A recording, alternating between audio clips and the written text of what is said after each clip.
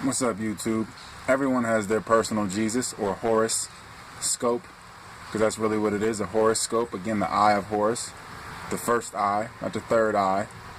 That is the eye or the scope of the zodiac or the zodiac or the zoo circle.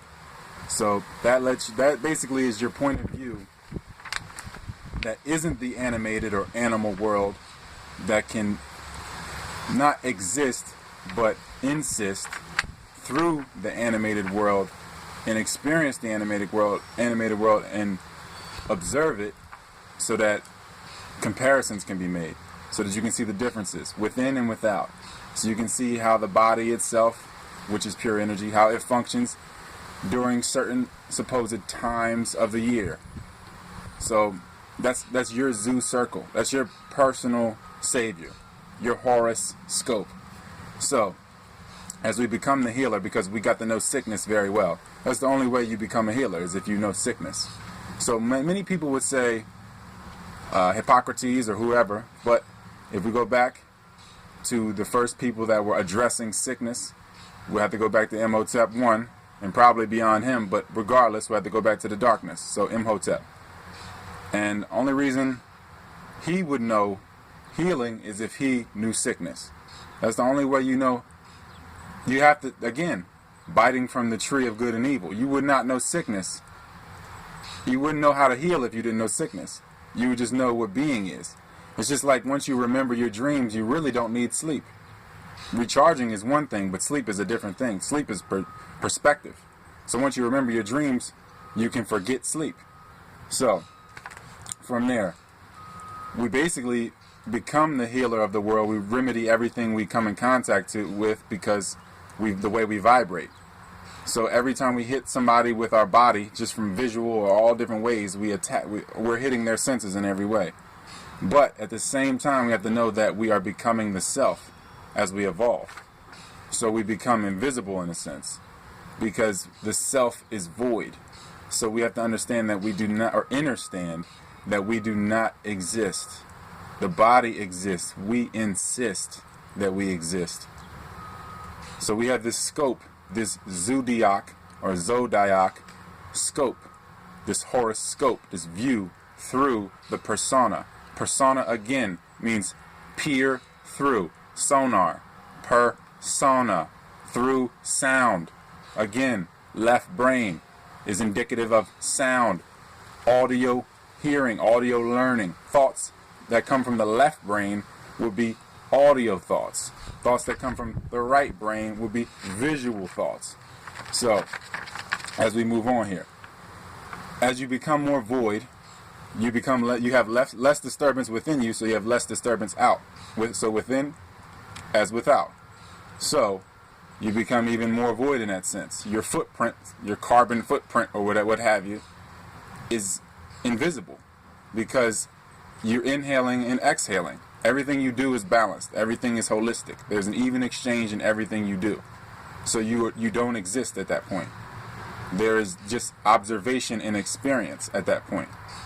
And that's why dancing and different things, sports and these different things, once you lose your breath and gain your breath, you can see that the body is in motion and you're observing a body in motion. Or a body that is in stillness and you're observing a body in stillness. You are not the body itself. It is the antenna, or the facilitating. It's the conduit that lets us experience the dense physical. Even though spirit is nothing more than matter. I mean, matter is nothing more than spirit moving at a slower rate of vibration. So, again, being void. The void gives definition or purpose to what isn't void. What is somethingness without nothingness? So, the negative space, or lack thereof, gives meaning to the lines. Can there be any beginning or ending, or any perception, without this concept of space, or negative space?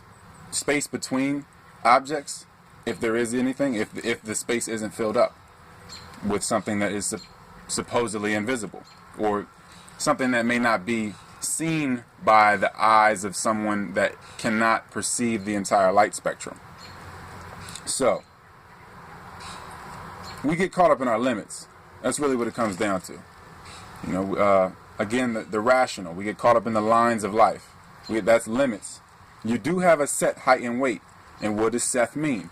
Set, or bound. Seth, Satan, the body, the beast. Set, height, and weight. That is your limit. That is the limit that you've created in this existence. That's what you're experiencing. You're experiencing supposed limitation. That is a part of this experience, or this illusion. Creation that or reaction. Creation is reaction, same letters. That we've indulged ourselves in. So, again, we have to get to a point where we don't see any separation between life and death.